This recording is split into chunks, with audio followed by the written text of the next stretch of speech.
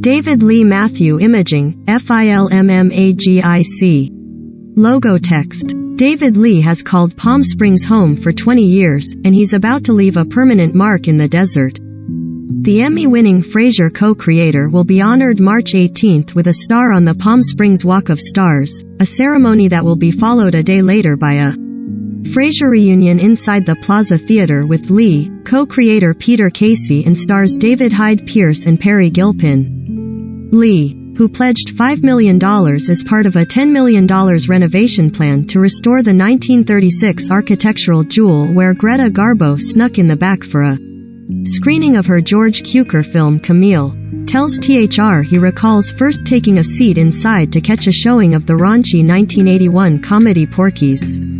When he heard it might become a glorified nightclub, he did what he could financially to save the space that, over the decades, has hosted performances by Bing Crosby, Frank Sinatra, Jack Benny and Bob Hope, and world premieres for My Fair Lady and Music Man. It's a way to pay the town back, says Lee, 71, now a theater producer, and have a community asset to show for it. Let's start here. $5 million is a lot of money. Why did you decide to do this? I have had a home in Palm Springs for 20 years. I like it here, and I've been aware of that theater. I saw Porky's there in the early 80s when it had a wall down the center of it dividing into two movie theaters.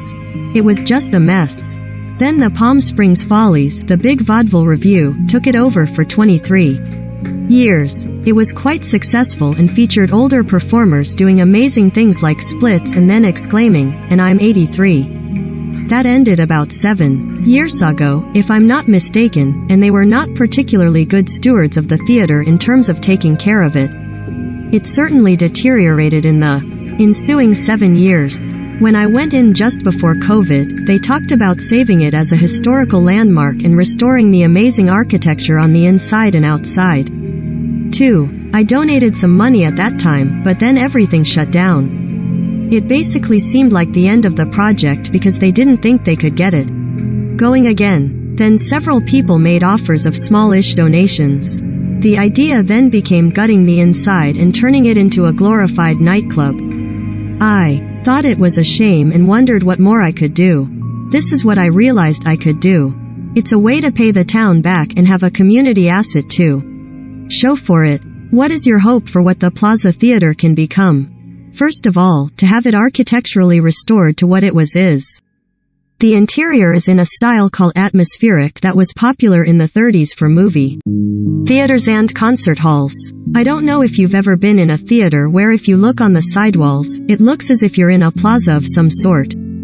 With windows and outdoor lamps that adorn each side. Then there's a starlit sky and a canopy up above to make it appear as if you're in an open area. This theater has that, but it's in grave disrepair. We want to get that back. We want to get the lobby looking great. It's never going to be a fully operational proscenium stage because it has no fly space, but it certainly can house concerts, jazz concerts, classical concerts. It was built as a movie theater, so we'd love to see the Palm Springs International Film Festival work there in Shorts Festival. A lecture series would be great. The city can use it for its State of the City address or charities can use it for fundraising activities. The goal is to just get it as workable and as versatile as possible and make it an asset for the city. A view of Palm Springs Plaza Theater. Courtesy of Plaza Theater FOUNDATIO.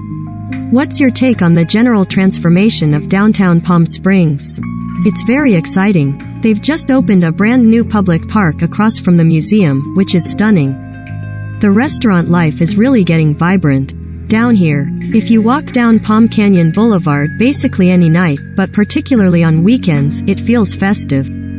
It feels like people having fun. That's a great barometer of what's going on here, and we'd love to get the Plaza Theater going again so that we're adding another 600 to 700 people to the mix every night. In addition to your financial commitment, the restoration is a good excuse to get together with your Frasier comrades. When was the last time you were? In 2018, there was a reunion of sorts at USC with a panel discussion. During the pandemic, people returned to beloved shows like Frasier as a source of comfort. Do you get updates on how many people are watching from the streaming platforms? I don't, but I do know that they keep buying it, so it's indicative that way. The other side is anecdotal. I hear from people all the time who say, it was such a great thing for us during the pandemic. Every evening we would watch 1 or 2 episodes and it would make us laugh and help get us through the evening. I heard that more than once. What's astonishing, and I particularly noticed this as USC, a whole generation of young folks have discovered the show, and many weren't even born when we were making it. That's really exciting. Going back to what you said about streamers buying it, are the deals fair? Yeah, no complaints. When we stopped making Frasier in 2004, all the projections were based on traditional syndication. People said that it would run its major course in syndication and that checks would really start to dwindle by 2012 or something like that. I thought, well, I'm certainly okay with that. Then, this other thing happened, a whole new way of delivering content to your home that nobody even dreamed of. It gave Frasier a new life and kept the wolf from me door for a little longer. How have you kept busy since 2004? I've been doing a lot, but not television. I've done nothing in television since, and I only work in the theater now. That's what I did before and even while it was on, and I've just been having a blast. It's what I was trained to do, and I hate the phrase to go back to your roots, but in this case, I want to use it. I got back to my roots. Why did you decide no more TV? 2 reasons. Frasier was on the air for 11 years and it was a dream. The cast got along, the writers got along. There was very little network interference, and I couldn't wait to go to the set every day. It really was one of those rare occurrences in the land of sitcoms, and we were also a success on top of that. So, after 11 years, I woke up and felt like Rip Van Winkle awakening from a dream where all of a sudden, the networks were intensely controlled by businessmen. You always hear horror stories about network interference to some extent, but around that time, it really ratcheted up among my contemporaries. Peter Casey and I talked about whether we wanted to try another one, and we started wading into it a very little bit. I don't think the discussions went on very long, and we just said, I don't like the way this feels now. The second reason is that we were older.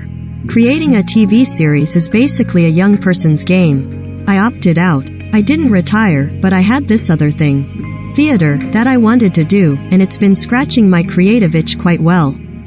Are you currently shepherding any theater projects?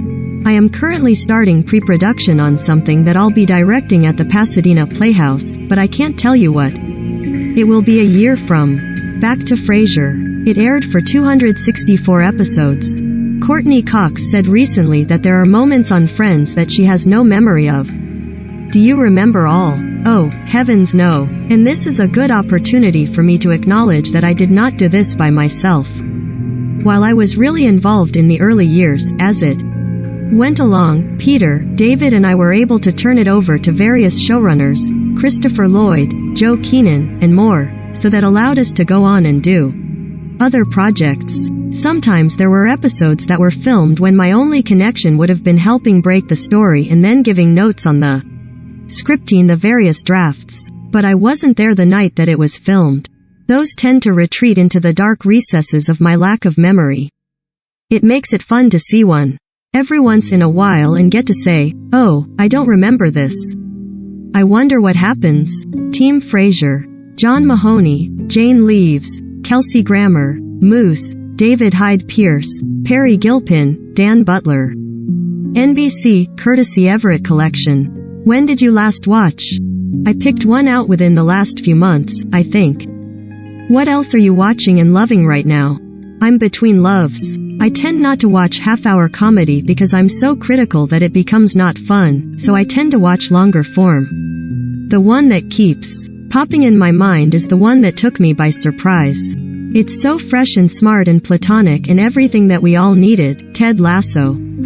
It's insanely good and continued to be for the second season. That's pretty top of the game stuff.